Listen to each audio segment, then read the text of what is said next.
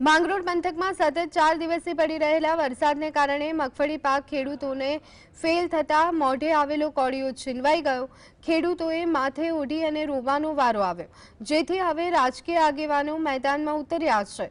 અને આજે માંગરોળના ધારાસભ્ય ભગવાનજીભાઈ કરગઠિયાએ માંગરોળ પંથકમાં ખેડૂતોની મુલાકાત કરી ખેડૂતોને સહાય તાત્કાલિક ચૂકવાશે તેવું આશ્વાસન આપ્યું છે।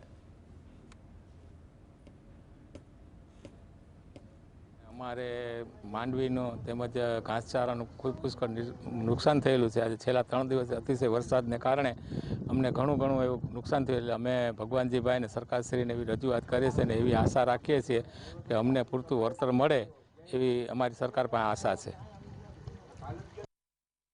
સૌરાષ્ટ્રમાં જે કમોસમી વરસાદ થતાં આ વિસ્તારમાં ખેડૂતોને ખૂબ જ નુકસાન થયું છે।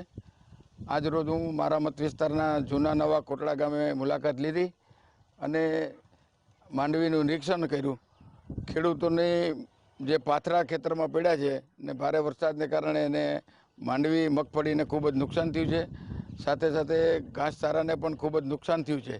એટલે સરકારમાં મેં રજૂઆત તો કરી છે કે તાત્કાલિક સર્વે કરીને ખેડૂતોને સહાય મળે।